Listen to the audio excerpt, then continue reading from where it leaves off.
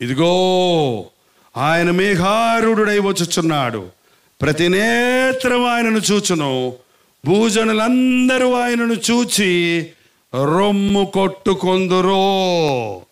ఈరోజు ఆయన ప్రేమను నువ్వు తృణీకరిస్తే, ఆయన కడగగలిగిన ఆయన రక్తాన్ని నువ్వు తోసివేస్తే, ఆయన రాజ్యంగా ఉండటానికి, ఆయన రాజ్యములో వారసుడిగా ఉండడానికి, ఆయన జీవ గ్రంథములో నీ పేరు రాయబడడానికి నీవు అంగీకరించకపోతే, ఇదిగో ఆయన మేఘారుడై వస్తున్నాడు. ఏ దిక్కు నుంచి వస్తాడంటే ఆయన మేఘంలో నుంచి వస్తాడు. మేఘారుడై వచ్చినప్పుడు భూజనులందరూ రొమ్ము కొట్టుకుంటారట. ఎందుకు? అయ్యో, ఈ యేసు ప్రభువుని నమ్ముకోమని ఆ రోజు జైపాల్ పాస్టర్ చెప్పాడే, మేము వినలేదే, ఆయన వచ్చేసాడే. ఎవరో చెప్పారే, టీవీలో విన్నామే, రేడియోలో విన్నామే, ఈయన నిజరక్షకుడు అని చెప్పారే, మేమేంటో అనుకున్నామే.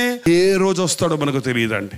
ఈ గొప్ప యేసయ్యను నమ్ముకుంటున్నాను అనుకుంటూ కూర్చోవద్దు. ఈ యేసయ్యను ఒప్పుకొనడానికి సిగ్గుపడకండి. ఈ యేసయ్యని గురించి ఇతరులకు చెప్పడానికి భయపడకండి. నీ ప్రభువు ఎంత గొప్పవాడో, ఎంత ప్రేమ కలిగిన వాడో, ఎంతగా నిన్ను ప్రేమించాడో నీవు గుర్తించినప్పుడు లోకాన్ని నువ్వు ప్రేమించవు, ఈ లోకాశలకు చోటిపో.